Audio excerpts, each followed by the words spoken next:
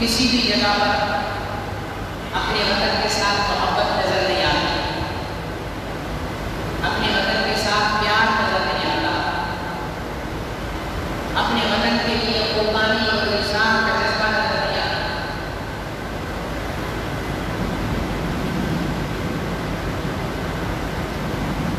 جس نے آزادی کے نام پر ملک بھر میں ہونے والے میوزیکل پروگراموں کی میوزک کے شور میں ہم تو یہ بھی بھول گئے کہ ہم نے یہ وطن حاصل کن مقاصد کے لیے کیا تھا۔ تھرکتے ہوئے جسموں کے نظاروں میں ہم نے اپنے مقصد کو بھلا دیا۔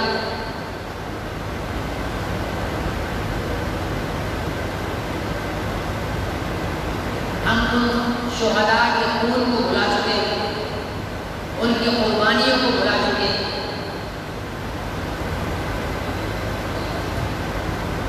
اب سال میں ایک مرتبہ ہمارے خون کے اندر پاکستان کی محبت جوش مارتی ہے، الٹی سیدھی چھلانگیں لگا کر، جس کو دنیا ڈانس کا نام دیتی ہے، ہم محبت کا اظہار کرتے ہیں اپنے وطن سے۔ میوزک بجا کر گھروں میں پڑے ہوئے بیماروں کو تکلیف پہنچا کر ہم اپنے وطن سے محبت کا اظہار کرتے ہیں۔ اللہ کے حکموں کو توڑ کر، پیغمبر صلی اللہ علیہ وسلم کی سنتوں کا مذاق اڑا کر ہم اس وطن کا جشن منا رہے ہوتے ہیں جو وطن حاصل ہی اللہ کے حکموں کو نافذ کرنے کے لیے کیا جاتا ہے، جس کے حصول کا مقصد نبی پاک صلی اللہ علیہ وسلم کے دین کی سربلندی تھا۔ آج فواد چودھری جیسے جاہل، دین دشمن اور کفر کے دوست افراد یہ بات کہتے ہوئے ذرا بھی نہ شرماتے ہیں نہ گھبراتے ہیں کہ پاکستان اسلام کے لیے نہیں کیا گیا۔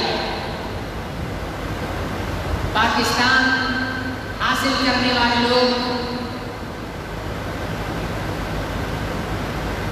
نائٹ کلبوں میں راتیں گزارنے والے لوگ تھے جنہوں نے پاکستان حاصل کیا۔ اس قسم کی باتیں کرتے دنیا کو باور کرانا چاہتے ہیں کہ پاکستان کوئی مذہبی ریاست نہیں ہے، پاکستان کوئی مذہبی مملکت نہیں ہے، پاکستان کی بنیاد کسی مذہب کے نظریے پر قائم نہیں ہے۔ وہ ایک نواز شریف کی پارٹی کا بیوقوف خواجہ آصف، وہ بھی سینٹ میں کھڑا ہو کر بک بک کرتا اور کہتا ہے کہ پاکستان کے اندر کسی مذہب کو کسی مذہب پر فوقیت حاصل نہیں ہے۔ جس طرح دوسرے مذہبوں کا احترام ہے اسی طرح اسلام کا، مطلب یہ کہ اسلام سے بڑھ کر کوئی مذہب، اسلام کسی مذہب سے بڑھ کر نہیں ہے۔ اسلام کو عیسائیت پر بھی فوقیت حاصل نہیں، اسلام کو ہندو مذہب پر بھی فوقیت حاصل نہیں، اسلام کو یہودی مذہب پر بھی فوقیت حاصل نہیں۔ تو میں خواجہ آصف صاحب سے درخواست کرتا ہوں کہ جب اسلام اور عیسائیت میں کسی مذہب میں کوئی فوقیت نہیں ہے تو آپ مسلمان کس لیے ہیں؟ آپ خواجہ آصف کی بجائے آصف مسیح بن جائیں، آپ آصف رام بن جائیں، آپ آصف سنگھ بن جائیں۔ آپ سکھ مذہب کیوں نہیں قبول کر لیتے؟ آپ ہندو مذہب کیوں نہیں قبول کر لیتے؟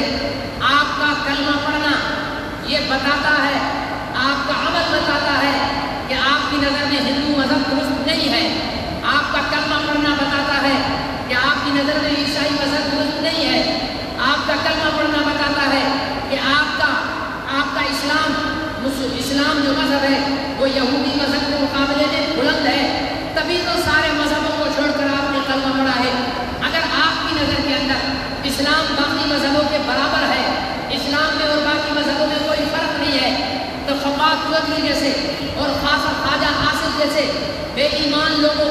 میرا مشورہ یہ ہے کہ وہ کھل کر اعلان کر دیں کہ ہم یہودیت کو قبول کر رہے ہیں یا نصرانیت کو قبول کر رہے ہیں یا ہندو مذہب کو قبول کر رہے ہیں، کیوں قوم کے ساتھ تماشا کرتے ہیں؟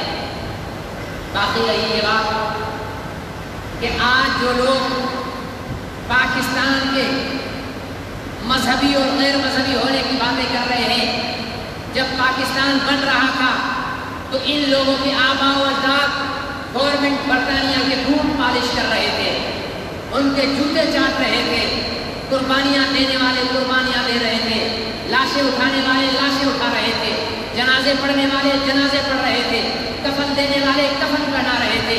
پاکستان کا مطلب کیا؟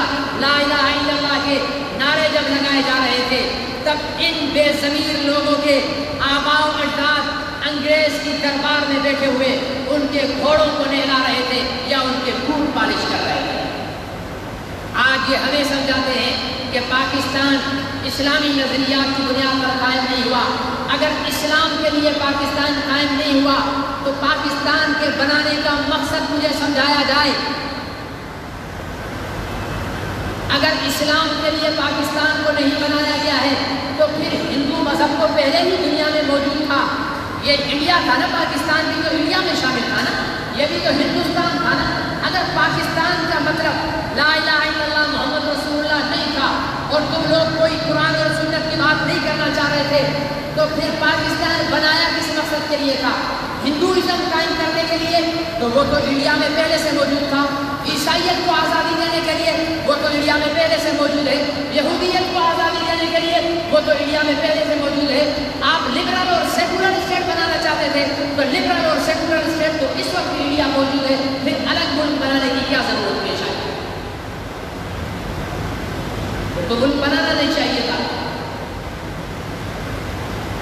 یا تو مانو مسلم لیگ والے مانے کہ قائد اعظم محمد علی جناح نے پوری قوم کے ساتھ دھوکہ کیا لا الہ الا اللہ کا کلمہ پڑھ کر، اس نے دھوکہ کر کے قوم کو پاکستان کو بنوایا ہے۔ ہم نہیں کہتے کہ محمد علی جناح نے دھوکہ کیا ہے، لیکن یہ لوگ جو آج اسلامی نظریات کا انکار کر رہے ہیں اور پاکستان کے مذہب اسلام کا انکار کرنے کی کوشش کر رہے ہیں، یہ اپنے عمل سے بتا رہے ہیں کہ معاذ اللہ پاکستان کے بانی محمد علی جناح نے جھوٹ بول کر اور دھوکہ دے کر لا الہ الا اللہ محمد رسول اللہ کے نعرے پر یہ ملک حاصل کیا تھا۔ ہمارا دعویٰ یہ ہے کہ پاکستان کا سب سے پہلے تصور ایک عالم دین نے پیش کیا تھا۔ اب آپ کے ذہنوں میں سب سے پہلے کس کا نام آیا ہوگا؟ علامہ اقبال کا، لیکن نہیں، علامہ اقبال سے بھی پہلے ایک عالم دین نے پاکستان اسلامی ریاست کا ایک فکر اور ایک سوچ کو اجاگر کرنے کی کوشش کی تھی، اور اس نے کہا تھا کہ میرا دل چاہتا ہے کہ اس کرۂ ارض پر اسلامی ریاست قائم ہونی چاہیے جہاں پر قرآن اور سنت کی بالادستی ہونی چاہیے۔ جانتے ہو وہ کون ہے؟ وہ کوئی اور نہیں، حکیم الامت، 1200 کتابوں کے مصنف حضرت سید اشرف علی تھانوی رحمۃ اللہ علیہ ہیں، جنہوں نے سب سے پہلے بر صغیر کے اندر ایک اسلامی ریاست کی فکر کو اجاگر کیا۔ تاریخ اٹھا کر پڑھ لو، آپ لوگوں نے تاریخ، ہماری نسل تاریخ وہی پڑھتی ہے جو گورنمنٹ چھاپ کر کتابوں میں اسکولوں میں تقسیم کر دیتی ہے۔ وہ تاریخ حقیقت پر مبنی نہیں ہے، اس میں جھوٹ لکھا گیا ہے، اس میں دغا کی گئی ہے، اس میں بےایمانی کی گئی ہے، اس میں سر سید احمد خان کو ہیرو بنایا جاتا ہے، اس میں کسی انگریز کے ٹاؤٹ کو ہیرو بنایا جاتا ہے، لیکن ہمارے اصل ہیرو جو ہیں ان کو نظر انداز کیا جاتا ہے۔ اس پاکستان کی بنیادوں کے اندر، اس پاکستان کی احیاء کے لیے اور اس پاکستان کی تحریک میں جان ڈالنے کے لیے سب سے بڑا کردار جن لوگوں نے ادا کیا وہ علماء کرام ہیں۔ جب پاکستان کی تحریک چلی تو ابتدا میں مسٹر محمد علی جناح کو کوئی خاطر خواہ کامیابی نہیں ہو رہی تھی، تو محمد علی جناح کو مشورہ دیا گیا کہ اگر بر صغیر میں کوئی تحریک چلانی ہے تو اس تحریک کے لیے آپ کو علماء کا ساتھ درکار ہوگا، آپ علماء اکرام سے رابطہ کریں، انہیں اپنی تحریک میں شامل کریں، پھر دیکھیں آپ کی تحریک میں کیسے جان پڑتی ہے۔ چنانچہ محمد علی جناح مرحوم نے علامہ شبیر احمد عثمانی، علامہ ظفر احمد عثمانی اور دیگر علماء اکرام سے رابطے کیے، انہیں اپنی تحریک میں شامل کیا، مسلم لیگ میں شامل کیا، اور اس کے بعد تحریک پاکستان میں جان پڑی اور پورے بر صغیر کے اندر پاکستان کی آزادی کا نعرہ لگا، اور نتیجہ یہ ہوا کہ پاکستان آزاد ہوا۔ لیکن یہ تحریک، یہ کہانیاں آپ کو ہمارے پاکستان کے نصاب میں شامل کتابوں کے اندر نہیں ملیں۔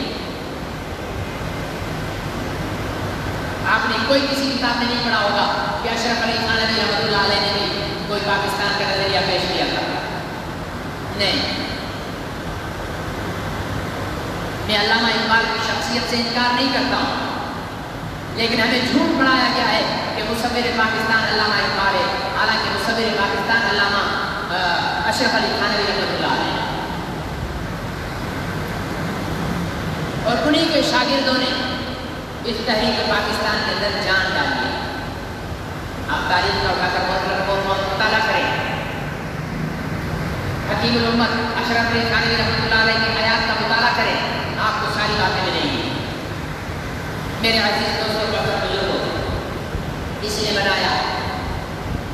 نے بنایا وہ اس دنیا میں نہیں، لیکن اب سوچنے والی بات یہ ہے کہ کس مقصد کے لیے بنایا؟ اللہ کے دین کی شرح بلندی کے لیے بنایا۔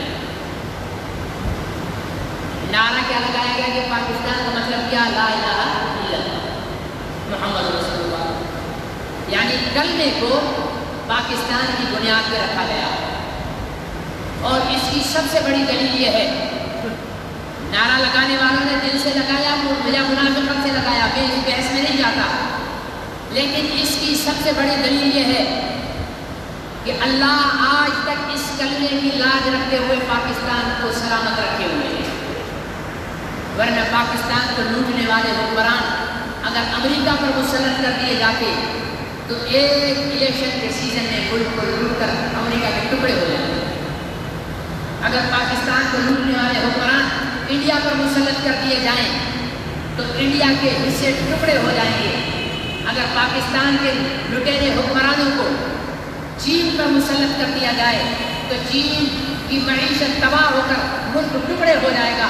لیکن کیا وجہ ہے کہ آج اتنا لوٹنے کے باوجود، اربوں ڈالر لوٹنے کے باوجود، باہر بیک اثاثے بڑھانے کے باوجود پاکستان ویسے کا ویسا سلامت ہے، اس لیے کہ یہ اللہ کے حبیب حضرت محمد رسول اللہ صلی اللہ علیہ وسلم کے کلمے کی بنیاد پر لیا گیا ہے۔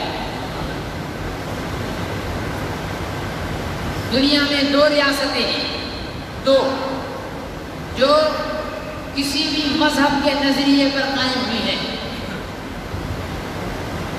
ہندوستان میں ہندو رہتے ہیں، لیکن ہندوستان ہندو مذہب کے نام پر نہیں بنا ہے۔ چائنا میں بدھ مت والے رہتے ہیں، لیکن چائنا کا سرکاری کوئی مذہب نہیں ہے۔ امریکہ کا سرکاری کوئی مذہب نہیں ہے۔ برطانیہ کا سرکاری کوئی مذہب نہیں ہے۔ پوری دنیا میں دو ایسے ملک ہیں جن کے سرکاری مذہب ہیں، ایک اسرائیل جس کا سرکاری مذہب یہودیت ہے، یہودی مذہب کے نام پر قائم ہوا ہے، ناجائز طریقے سے قائم ہوا ہے، دھوس اور دھاندلی کے طریقے سے قائم ہوا ہے۔ اور دوسرا اسلام کے نظریے پر قائم ہونے والا، مسلمانوں کی قربانیوں کے نتیجے میں قائم ہونے والا اسلامی جمہوریہ پاکستان ہے، جو اسلام کے نام پر قائم ہے۔ اور اسلام کے نام پر قائم ہونے والی اس قرۂ ارض پر یہ دوسری ریاست ہے۔ قرۂ ارض پر اسلام کے نام پر قائم ہونے والی یہ دوسری ریاست ہے۔ آپ بولیں گے کہ پہلی ریاست کون سی تھی؟ پہلی ریاست حضرت محمد رسول اللہ صلی اللہ علیہ وسلم نے آج سے 1400 سال پہلے مدینہ منورہ میں قائم کی تھی۔ اس کے بعد پھر امت کو زوال آیا، پھر امت منتشر ہو گئی، پھر بڑے صغیر میں تحریک چلنے کے نتیجے میں پاکستان اسلام کے نظریے پر قائم ہوا، اس لیے اسلام کے نظریے پر۔ اب لیکن حیرانگی کی بات ہے، مولانا فضل الرحمان صاحب جمعیت علماء اسلام کے امیر ہیں، ملک کے نامور سیاستدان ہیں، انہوں نے کہا کہ ہم پاکستان کی آزادی کیسے تسلیم کریں گے؟ انہوں نے کہا کہ ہم آزادی پاکستان کا یوم نہیں منائیں گے، ہم جدوجہد آزادی پاکستان کا یوم منائیں گے، کہ ابھی ہماری آزادی کمپلیٹ نہیں ہوئی ہے۔ تو اس پر بعض جاہل لوگوں نے کہا کہ دیکھو جی فضل الرحمان پاکستان کا غدار ہے، یہ پاکستان کی آزادی کو تسلیم نہیں کر رہا۔ میں مولانا فضل الرحمان کی بات کو ایک طرف رکھتا ہوں، میں آپ سے سوال کرتا ہوں، پاکستان بنا لا الہ الا اللہ محمد رسول اللہ کے نام پر، کفر سے آزاد ہوا، کفر سے آزاد ہوا، پہلے کفر کے چمبے میں تھا، پھر کفر سے آزاد ہوا، لیکن آپ دیکھو کیا اس وقت پاکستان کفر سے آزاد ہے؟ آپ کی مسجد آزاد نہیں، آپ کا مدرسہ آزاد نہیں، آپ کا مولوی آزاد نہیں۔ بڑی بات تو یہ ہے کہ بنا پاکستان لا الہ الا اللہ محمد رسول اللہ کے نام پر ہے، لیکن یہاں کے تمام بڑے عہدیدار غیر عالم ہیں۔ لا الہ الا اللہ محمد رسول اللہ مطلب کیا کہ یہ جو ملک بنا ہے اس پر نظام کس کا چلے گا؟ اللہ کا چلے گا۔ اس پر طریقہ کس کا چلے گا؟ محمد رسول اللہ کا چلے گا۔ اب طریقہ چلانے گا کون؟ وہی چلائے گا نا جس کو اللہ کے دین کا علم ہوگا، جو نبی پاک کے طریقوں کو جانتا ہوگا، جو لفظ خاتم النبیین نہ کہہ سکتا ہو اسے دین کا کیا پتہ ہے، جو قل اللہ احد نہ پڑھ سکتا ہو اسے دین کا کیا پتہ ہے؟ مجھے بتاؤ پاکستان کی 70 سالہ تاریخ کے اندر قائد اعظم محمد علی جناح سے لے کر عمران خان تک کوئی ایک وزیر اعظم بتاؤ اس قابل تھا جو مصلی پر کھڑے ہو کر قوم کی امامت کرا سکے؟ اللہ کا سب سے بڑا حکم نماز ہے، صحیح ہے یا غلط ہے؟ اللہ کا سب سے بڑا حکم نماز ہے، اور حضور علیہ السلام جو اسلامی ریاست کے سب سے پہلے امیر تھے، سب سے پہلے حکمران تھے، وہ ایسے حکمران تھے کہ ایک ہی وقت میں مجرموں کو سزائیں بھی دیا کرتے تھے، اسی وقت کے اندر بیعت بھی کیا کرتے تھے، اسی وقت کے اندر کافروں کے ساتھ جہاد بھی کیا کرتے تھے، اسی وقت کے اندر سیاست بھی کیا کرتے تھے، اڑوس پڑوس کے ملکوں کے ساتھ سفارتی تعلقات بھی قائم کیا کرتے تھے۔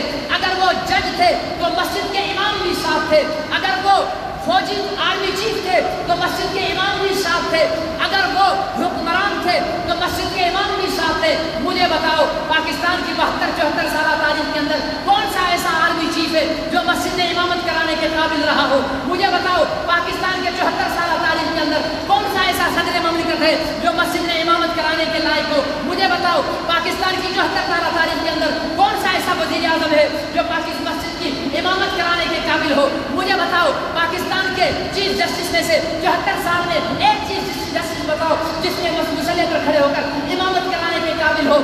کوئی مفتی محمود رحمۃ اللہ علیہ کو چھوڑ کر باقی 74 سالہ تاریخ میں چاروں صوبوں میں سے کسی ایک صوبے کا وزیر اعلیٰ بتاؤ جو مصلی پر کھڑا ہو کر امامت کرانے کے قابل ہو؟ ارے جن کو امامت نہیں آتی ہے وہ ملک میں کیا قرآن کا نظام نافذ کریں گے؟ جنہیں امامت نہیں آتی ہے وہ ملک میں رسول پاک صلی اللہ علیہ وسلم کے طریقے کیا نافذ کریں گے؟ یہ کیسی آزادی ہے؟ نام تو لیا گیا لا الہ الا اللہ محمد رسول اللہ کے نام پر، لیکن لا الہ الا اللہ محمد رسول اللہ کے نعرے جن میناروں سے گونجے جاتے ہیں اس ملک کے اندر ان میناروں کو خاموش کر دیا گیا ہے۔ جو حق کی آواز بلند کرنے والے علماء ہیں اس دھرتی کے اندر ان علماء کو شہید کر دیا جاتا ہے۔ نام لیا گیا کہ پاکستان آزاد ہو گیا ہے، لیکن اس ملک میں چکلا چلانے والے کے لیے کوئی لائسنس نہیں ہے، اس ملک میں ناچ کرنے والے کے لیے کوئی اجازت کی ضرورت نہیں ہے، اس ملک کے اندر بھنگڑے ڈالنے والے کے لیے کسی اجازت کی ضرورت نہیں ہے، اس ملک میں شراب عام بیچا جائے کوئی پابندی نہیں ہے، اس ملک کے اندر ہر بدماشی کی جائے کوئی پابندی نہیں ہے، لیکن آپ ایک جو ہے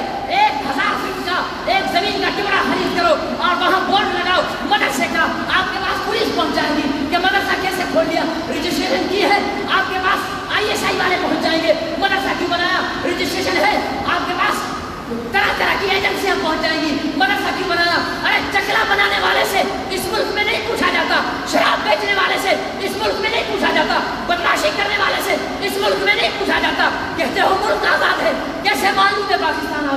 یہاں تو دین پر کترانے لگائی جا رہے ہیں، پابندیاں لگائی جا رہی ہیں.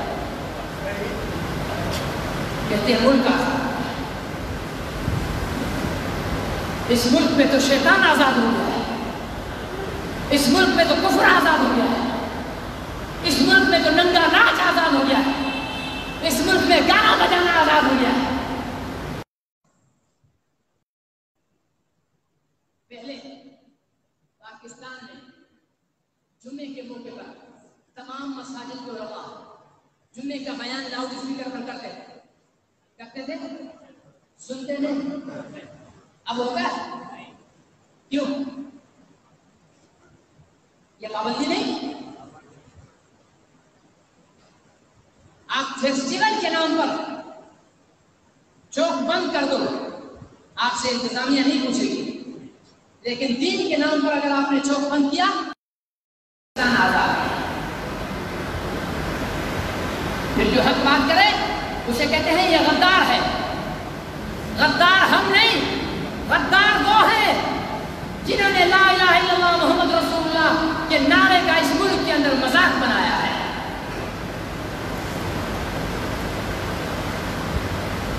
تو میرے عزیز دوست اور محترم بزرگوں، اسلام کے نام پر لیا گیا ملک 74 سال کے اندر ایک بھی حکمران ایسا نہیں ہے جو مسلح پر کھڑا ہو کر اتنی بڑی جماعت کو نہیں 20 نمازیوں کو بھی نماز پڑھا سکتا. میں چیلنج دیتا ہوں، نواز شریف کو لے آؤ، زرداری کو لے آؤ، عمران خان کو لے آؤ، مرے ہوئے سارے حکمرانوں کو قبروں سے اٹھا کر لے آؤ اور مسلح پر کھڑا کر کے ان سے جمعہ پڑھوا کر دے. کیوں بھائی؟ اس ملک پر حکمران کا اہل صرف عالم دین ہے. اس ملک پر حاکمیت کا اہل صرف عالم دین ہے. کیوں؟ اس لیے کہ دین نافذ کرنا ہے نا. صحیح ہے؟ کیا نافذ کرنا ہے؟ دین نافذ کرنا ہے. دین نافذ کرنے کے لیے دین کا آنا ضروری ہے یا نہیں؟ بولو. دین کا آنا ضروری ہے. اور دین کس کو آئے گا؟ عالم کو یا پروفیسر کو؟ بولو. عالم کو یا ڈاکٹر کو؟ عالم کو یا انجینئر کو؟ عالم کو یا کھلاڑی کو؟ لیکن بدقسمتی یہ ہے کہ ہمارے ہاں عالم کو سیاست کرنے کی اجازت نہیں ہے. سیاست نہ کرے. سیاست کیوں سیاست نہ کرے؟ دنیا کے سب سے بڑے عظیم سیاستدان تو خود محمد رسول اللہ ہیں. علماء اس کی سیاست کے تو وارث ہیں. علماء اس کے مصلی کے وارث، علماء اس کی مسجد کے وارث، علماء اس کے ممبر کے وارث، علماء اس کے مدرسے کے وارث. تو سیاست تم بدماشوں کے لیے چھوڑ دیا ہے.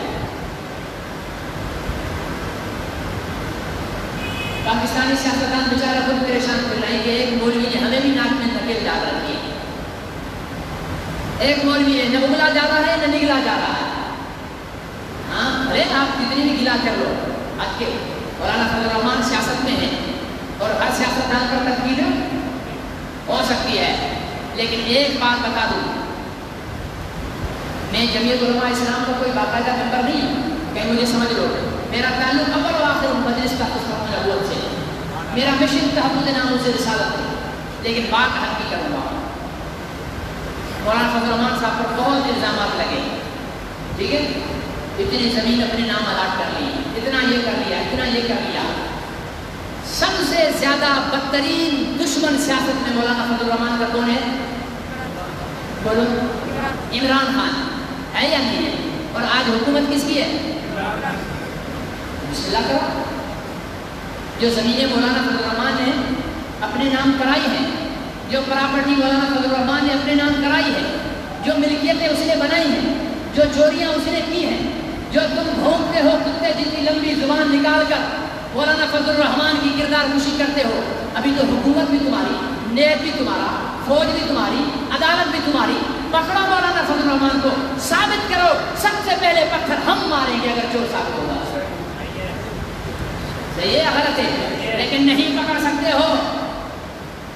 نہیں پکڑ سکتے ہو، اس لیے نہیں پکڑ سکتے ہو کہ وہ محمد رسول اللہ کے دین کا وارث ہے اور اس دین نے اسے حرام خوری سے روکا ہوا ہے۔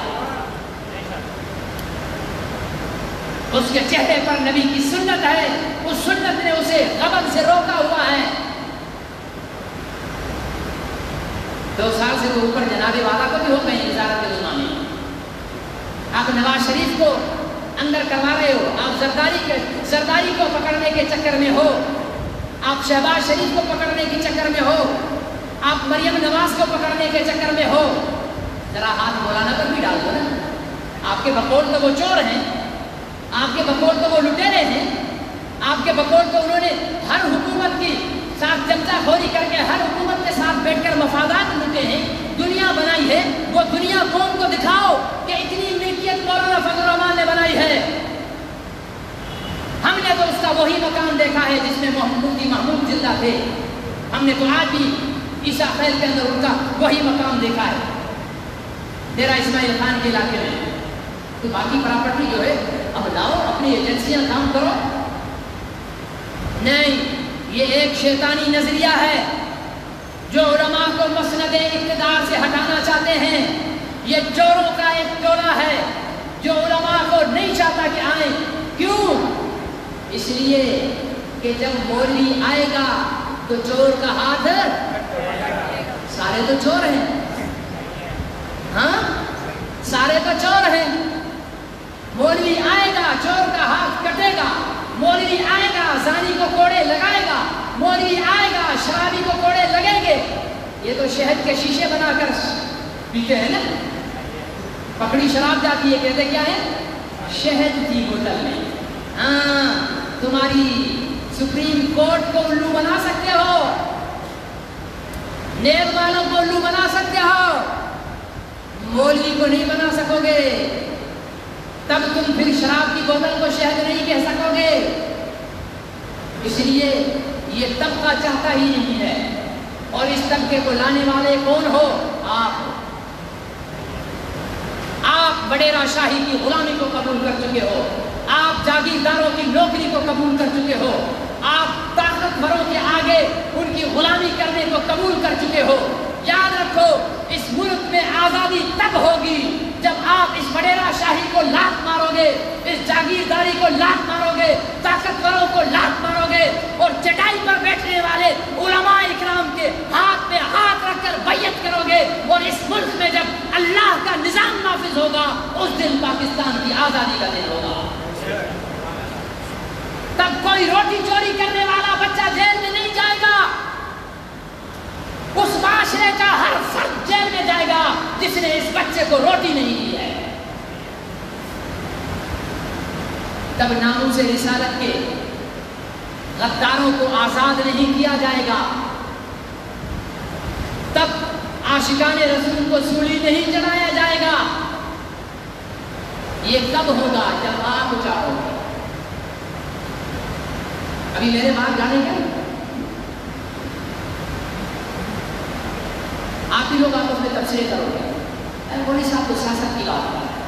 ارے سیاست ہمارا ایمان ہے، سیاست ہماری عبادت ہے، سیاست نبی کی سنت ہے، سیاست صحابہ کا طرز عمل ہے۔ پوری دنیا کے اندر 1300 سال تک اگر مسلمانوں نے 4 بر اعظم سے زیادہ ممالک خطہ ارض پر مسلمانوں نے اگر حکومت کی تھی تو وہ سیاست ہی ہوتی۔ اللہ نے آپ کو اور مجھے صرف تسبیح پڑھنے کے لیے دنیا میں نہیں بھیجا، اللہ نے مجھے اور آپ کو صرف سجدہ کرنے کے لیے دنیا میں نہیں بھیجا، بگڑے ہوں کو سدھارنے کے لیے دنیا میں بھیجا ہے، اس زمین پر امن قائم کرنے کے لیے دنیا میں بھیجا ہے، اس زمین پر اللہ کے نام کو اور نبی پاک صلی اللہ علیہ وسلم کے دین کو سربلند کرنے کے لیے دنیا میں بھیجا ہے۔ اور دین سربلند تسبیح اور سجدے سے نہیں ہوتا، دین سربلند میدان میں ہونے سے ہوتا ہے، باطل کا مقابلہ کرنے سے ہوتا ہے، باطل کی آنکھوں میں آنکھیں ڈال کر ہوتا ہے۔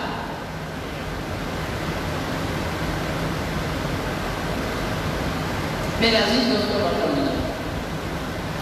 آزادی، ٹھیک ہے جی، پورے ملک میں چیلنج کرتا ہوں،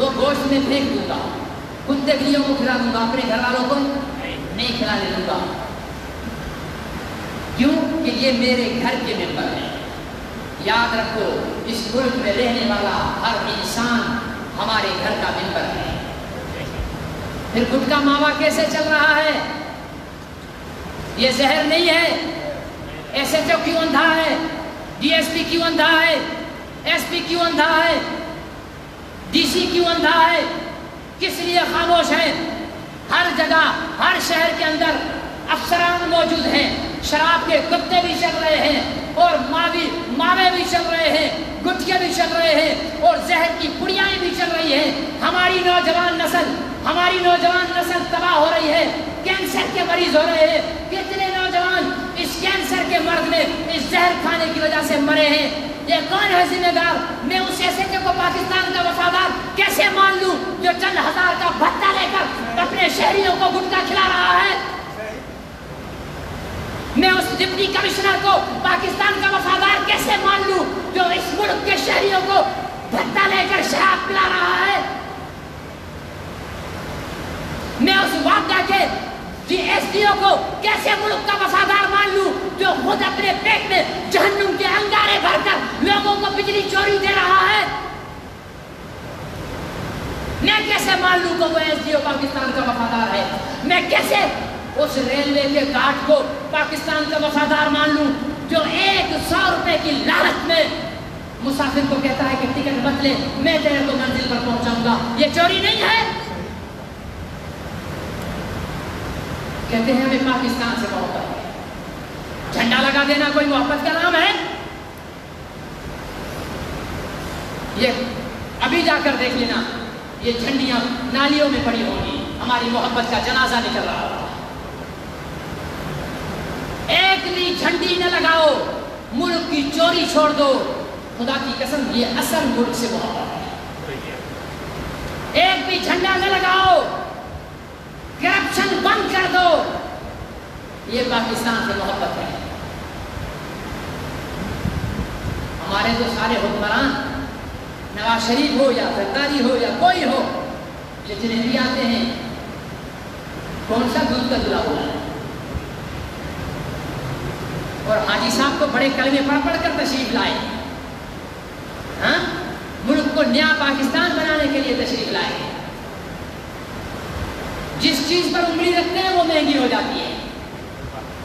جہانگیر ترین نے چینی میں کرپشن کیا، بولا اچھا میں دیکھتا ہوں کیسے کرپشن کیا ہے. 65 روپے والی چینی 100 روپے میں ہو گئی. حضرت اتنے برکت والے ہیں، قیمتوں میں برکت پڑ جاتی ہے. پیٹرول پہ ہاتھ رکھا، پیٹرول مہنگا ہو گیا.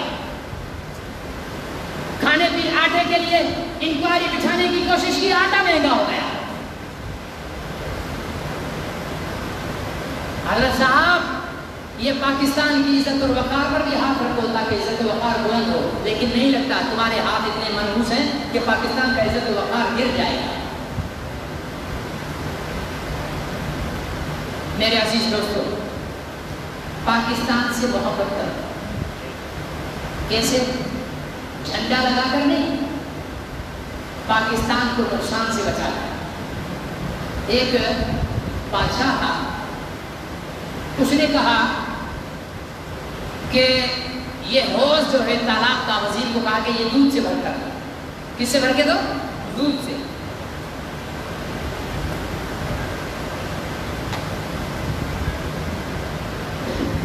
وزیر نے اعلان کر دیا بھائی ہر ایک بالٹی دودھ کی ڈالے گا. رات کو ڈالنی ہے، صبح کو تالاب دودھ سے بھرا ہونا چاہیے. اب میرے جیسا نکلا کنجوس بندہ، اس نے کہا یار کون دیکھے گا، سبھی تو دودھ ڈالیں گے، میں ایک پانی کی بالٹی ڈال دیتا ہوں، مل جائے گی، اس کو پتا کس نے پانی ڈالا. دوسرا اٹھا، اس نے بھی یہی سوچا. تیسرا اٹھا، اس نے بھی یہی سوچا. صبح جب ہوئی تو حوض سارے کا سارا پانی سے بھرا ہوا، سارے کا سارا پانی سے بھرا ہوا. ہم نے کیا کہتے ہیں، میں نے ایک کنڈا اگر چھوڑ دوں گا لگانا تو اس سے کون سا ملک کو فائدہ ہوگا؟ میرے ایک کے بغیر ٹکٹ سفر کرنے سے کون سا ملک کی بچت ہو جائے گی؟ میرے ایک کے دکان کے آگے کھڑا لگانے سے کون سی سڑک تنگ ہو جائے گی؟ میرے ایک کے ملک کا قانون توڑنے سے کیا فرق پڑ جائے گا؟ سوچو میرے بھائی، اگر ہر شہری یہ سوچ لے اس ملک کا تو بیڑا غرق ہو جائے گا۔ صحیح ہے یا غلط ہے؟ آپ کی چیز دکان کے اندر بھی بکے گی یا نہیں بکے گی؟ جس کو ضرورت ہوگی آ کر لے گا۔ پوری دنیا میں سامان دکانوں کے اندر رکھتے ہیں، واحد پاکستان ہے جو دکانوں سے باہر سامان رکھتے ہیں۔ عقل مار گئی ہے تمہاری؟ ارے جس نے چینی لی ہوگی تیرا کٹا دیکھ کر نہیں آئے گا، مجھے پتا ہے کہ فلانے حاجی صاحب کی پرچون کی دکان ہے، میں آنکھیں بند کر کے جاؤں گا اس کے پاس۔ کیوں لوگ شہر کی سڑکوں کو تنگ کر رہے ہیں؟ کیوں شہر کی گلیوں کو تنگ کر رہے ہیں؟ ایک نے نالی پر بیت الخلا بنا لیا، دوسرے نے سیڑھی آگے بنا لی، تیسرے نے کمرہ بنا لیا۔ پتا چلا 30 فٹ والی گلی اب 4 فٹ باقی رہ گئی ہے۔ یہ ہمارے ملک سے محبت کرنے والوں کے کارنامے ہیں۔ اپنے گھر میں بھی ایسا کرو گے؟ اپنے گھر کے صحن میں بھی ایسا کرو گے؟ ادھر بھی اینٹوں کا تھلا سیمنٹ سے بنا دو، ادھر بھی اینٹوں کا تھلا سیمنٹ سے بنا دو، ادھر بھی ایک تھلا سیمنٹ کا بنا دو، ادھر بھی بنا دو، کوئی کرے گا؟ اپنے گھر کو سیٹنگ سے رکھنا ہے، والے ملک بھاڑ میں جائے۔ کیوں بھائی؟ 20 لاکھ مسلمانوں نے اپنی جانیں ان کارناموں کے لیے نہیں قربان کی تھی۔ 7000 سیدزادیوں نے اپنی عزتیں اس لیے نہیں لٹوائی تھی کہ پاکستان بنے اور پاکستانی بجلی چوری کریں۔ اس لیے نہیں بنایا تھا یہ ایماندار بنو۔ کیا بنو؟ کہتے ہیں نا کہ میرے ایک کے ایماندار بننے سے کون سا ملک میں انقلاب آ جائے گا؟ تیرے ایک کے ایماندار بننے سے تو جہنم سے بچ جائے گا۔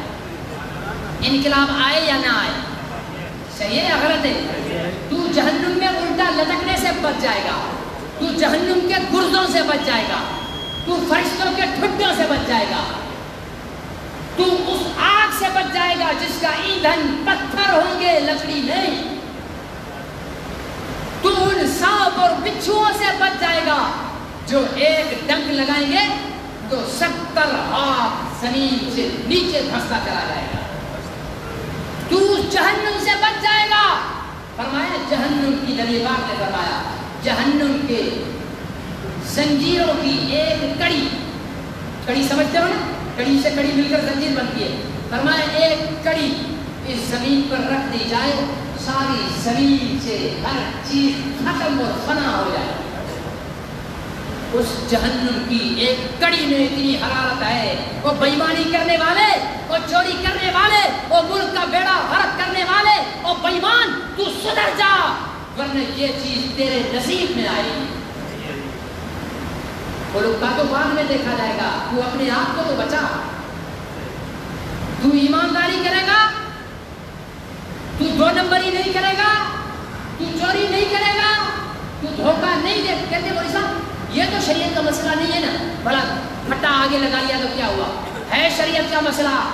نبی نے فرمایا ہے راستوں میں لوگوں کے لیے رکاوٹیں کھڑی نہ کرو۔ یہ رکاوٹیں نہیں ہیں،